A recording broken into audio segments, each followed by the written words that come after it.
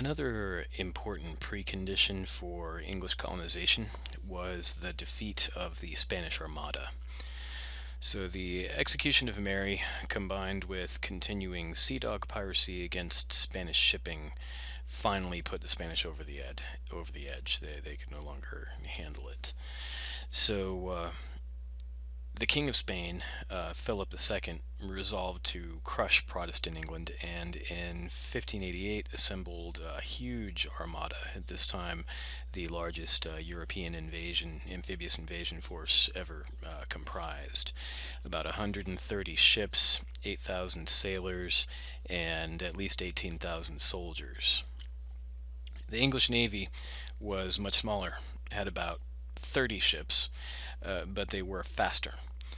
Queen Elizabeth conscripted every vessel available, from sea dog privateers to fishing boats that could be armed to try and defend England. Even then, she was prepared to fight herself, wearing an armor breastplate during the invasion scare, because most English people were pretty sure that the Spanish were going to invade and it was going to be a fight in the streets.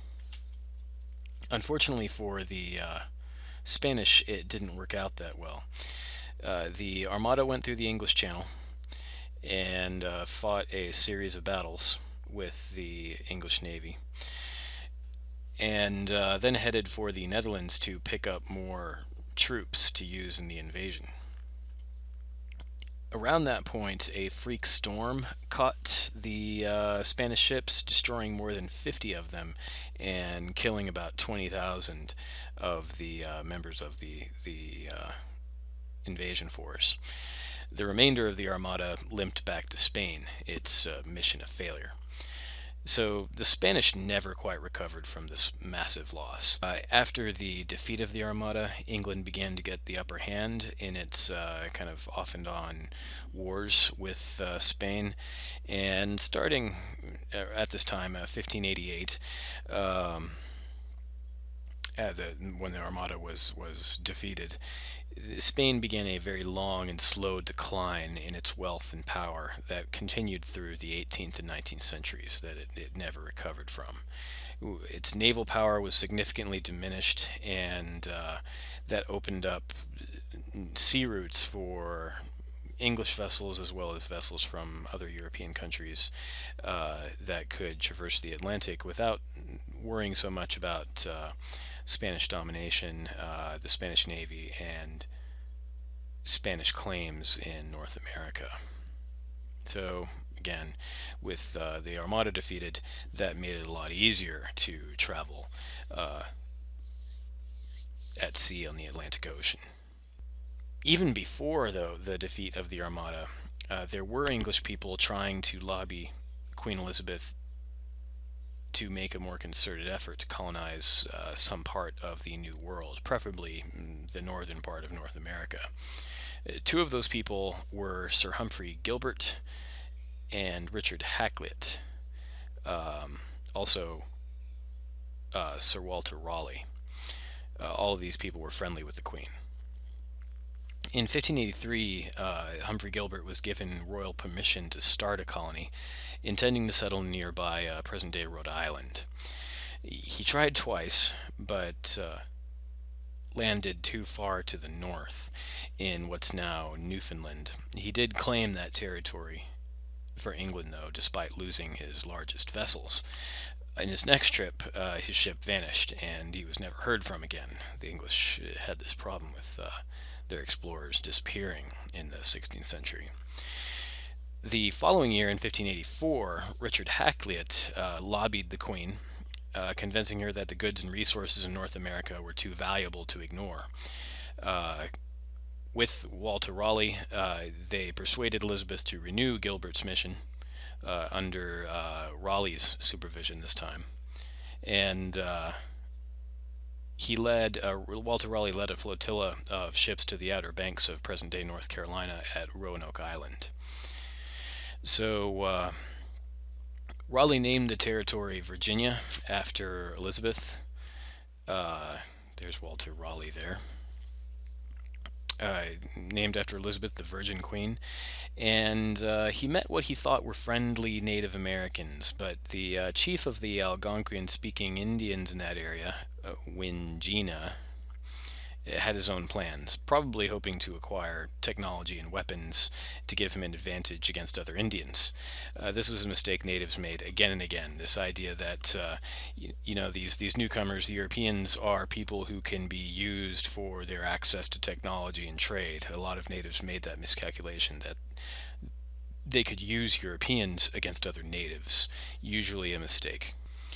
So the problem was the English didn't always bring, in these early voyages, the people that were best equipped to establish a stable colony. So Walter Raleigh was a sea dog and a veteran of the Irish Wars, as were many people that went with him on these first expeditions. He tried to establish a mining outpost and a military garrison. On the one hand, he chose some very good colleagues, like John White, and who was a very good artist and linguist and took great care in dealing with the natives. He also brought with him Thomas Harriot, who was a scientist and well qualified to catalog the area's resources. He became very friendly with the natives and actually learned their language. So, on the one hand, Walter Raleigh brought very qualified people with him. On the other hand, though, he brought a lot of rough, hardened, quick-tempered military veterans and carried a lot of these people on his staff, such as Richard Grenville, right here, and Ralph Lane, right here. This is John White. This is Thomas Harriot. So, Grenville and Lane were both known for their brutality, even by the standards of the Irish Wars. So, Grenville was known to chew on glass on purpose when he'd go to taverns in England, just so he could make his mouth bleed, so he could impress other men in taverns with how much pain and blood he could tolerate. So when one of the Roanoke Indians stole an English cup, Lane and Grenville went ballistic. In a meeting intended for peace negotiations with Wingina, the two men beheaded him and went on a rampage in the nearby Roanoke Indian village. Other natives in the area were going to retaliate, but luckily the 100 or so colonists escaped when Francis Drake made a stop with one of his privateer ships.